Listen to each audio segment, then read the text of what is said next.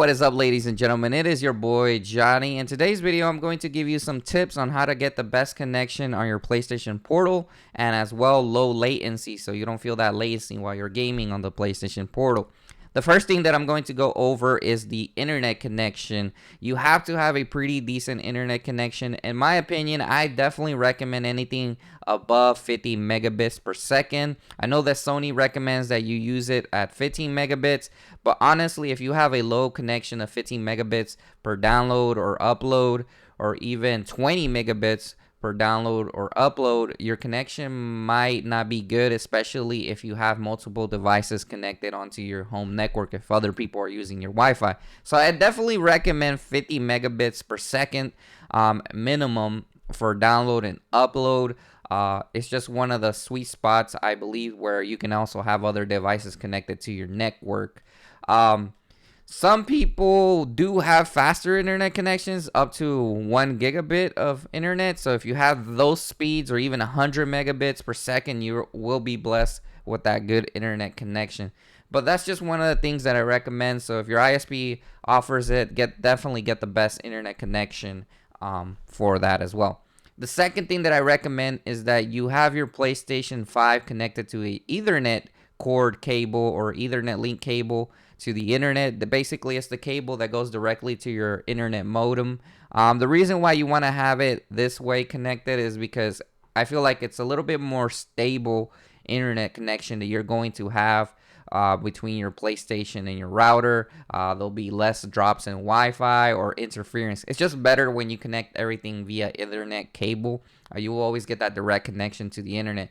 And one thing that I have to recommend is that make sure to check your Ethernet cables if you have a Cat 6 or a Cat 7. I believe those are better cables, especially with the internet that a lot of people are having with high speeds at home. I definitely recommend you look into the Cat 7 or Cat 6 cables because basically they work better, they transmit more data. But I think you will basically be fine with a Cat 5 cable for your Ethernet connection cable. But I definitely recommend it if you have the money to splurge on a better cable, and they're really not that expensive on Amazon, so you can find them on Amazon pretty cheap. The next thing that I highly recommend is that you get a Wi-Fi router. I do not recommend that you use your ISP's Wi-Fi router. The reason why ISPs or internet company provides you with a Wi-Fi modem that usually doesn't tend to be really stable. The connection drops. Sometimes you will notice latency, slows of speeds through the Wi-Fi routers through the company. So I don't recommend that you use your internet ISP's Wi-Fi router. I just never had a really good experience with it. I always buy a separate Wi-Fi router because it will give me better stable connection through Wi-Fi, because the internet's ISP's routers tend to be pretty bad in my opinion. Now, if you're looking for a Wi-Fi router, I definitely recommend that you go for something with Wi-Fi 6 certification. I know that Wi-Fi 7 is coming soon, but Wi-Fi 6 for the most part will do the job in transmitting good internet speeds through your PlayStation Portal and maintaining a stable connection. However, there's different price ranges in Wi-Fi 6 routers. If you're looking for a gaming dedicated Wi-Fi router, they may be a little more pricey, like over $300, but obviously you're going to get a better performance. I would think so for the most part. So if you buy a $300 router, Wi-Fi router, you might get better performance and stability. However, I don't think there will be a major difference if you get a $50 Wi-Fi 6 router on Amazon. As long as you get something from a reputable company that makes these routers like Linksys or TP-Link, they have cheaper routers out there with Wi-Fi 6. And they should be fine for the most part. So you won't really be having any trouble with them from the most part, in my opinion. But it's definitely recommended that you get that router. And once you get that Wi-Fi router, you're going to have to limit the connection of things that you're going to have on it. So I would recommend maybe keeping it one device connected or 2 or 3 devices connected to that Wi-Fi router to get the best performance. Obviously, if you have more devices connected to the Wi-Fi router, there's going to be more of an interference. It really won't make a big difference. I know some Wi-Fi routers have up to 20 devices that you can connect at once, but it might make that little difference in the performance depending on how these other devices are being used. So if you really want to get the best performance in the PlayStation Portal, I just recommend that you use that Wi-Fi router dedicated to the PlayStation Portal, or disconnect every other device in your network from that router, or separate the router. That way you have it dedicated for the PlayStation Portal. Now, this is not necessary. This is just in theory, where I would say that you should do this, but in reality, you don't have to. If the other devices aren't really using a lot of internet speeds, you should be fine for the most part. But if you're trying to get the best performance with the less latency, that's definitely one of the ways to go. Now, one thing that I want to mention is that not everybody is going to have the possibility of connecting their PlayStation 5 to a Ethernet cord directly into their PlayStation 5. So I definitely recommend that if you do get a good Wi-Fi router, always try to connect to the internet connection that is 5 gigahertz or 6 gigahertz. Whatever it says on the Wi-Fi name. Usually these new routers will give you two Wi-Fi access point names, and one will say 5 gigahertz or 6 gigahertz. I believe there are certain new ones that are 6 gigahertz.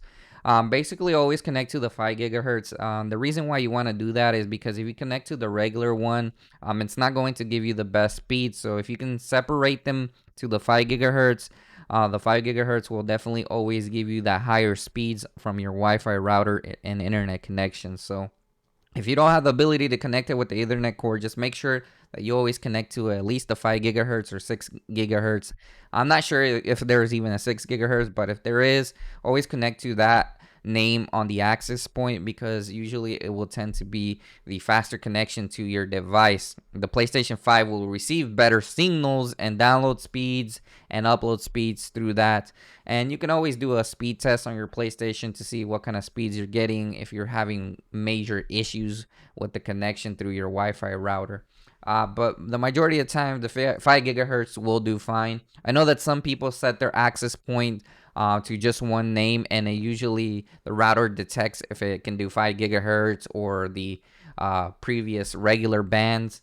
However, I just recommend that you separate them, because you will always get that 5 gigahertz speeds from your router if you choose the one with a 5 gigahertz option. So definitely recommend you do that when you connect it to your PlayStation via Wi-Fi if you can't do it with your router. The next thing that I recommend is that you try to stay a little bit close to your Wi-Fi router. If you have a really big house, for example, if you have your Wi-Fi router downstairs and you're upstairs, it may work pretty fine still. However, the connection will definitely, the further you go away, the further the connection will start to lose its quality, and you'll probably see drops or latency the further you go away from your Wi-Fi router. So if you have the opportunity to have two Wi-Fi routers in your house, especially if your house is big, I definitely recommend you have one at least in each floor to get the best experience on the PlayStation Portal. That way you can get a good connection. Now, I know there's routers out there that allows you to extend your Wi-Fi. You may consider it, if you have a big house, to buy a Wi-Fi extender, which basically you can connect different access points through your house, and they will all share the same signal, but you will get a stronger signal all around your house, especially if you have a big house. Now, this will mainly only apply to big houses. In my opinion, it won't really apply to smaller houses. So yeah, that's one thing to look for if you're trying to get really good performance on your PlayStation Portal. The final thing that I'm going to recommend is to check your Wi-Fi router settings. Now, the reason why I'm mentioning this is because in the settings, sometimes you can actually increase the performance of the devices that you're sending Wi-Fi to. For example, your PlayStation 5 or your PlayStation Portal. You can make it a high priority device that you want it to send the best signal to the PlayStation 5 or the best speed to transmit to the Portal and the PlayStation 5. Now, this will vary in every different routers. For example, if you have different companies from different routers, you can download an iOS app, an Android app, which allows you to easily configure the priority device that you want to have better Wi-Fi connection to. This will be different for every single person on every different router that you buy.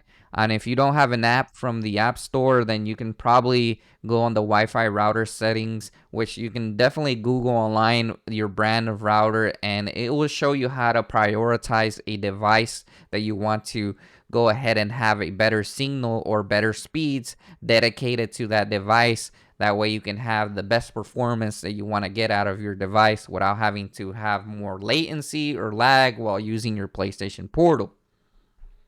So that pretty much covers everything of getting the best connection and low latency on the PlayStation Portal. If you follow these steps, I think you will definitely have a great experience with your PlayStation Portal. Or if you haven't already bought a PlayStation Portal, I definitely recommend you do these things before you actually buy it. That way you can have the best experience out of the device, which I think it's a really neat device. A lot of people are reporting that it's almost as instant when it comes to gaming on their devices. But however, it's always going to depend on how your setup is done in order to get the best performance on the PlayStation Portal device. So if this video was helpful to you, or if you have any questions, make sure to leave a comment in the comment section. I'll try to answer as many as I can. And thank you for watching. Make sure to hit the like button, and peace out.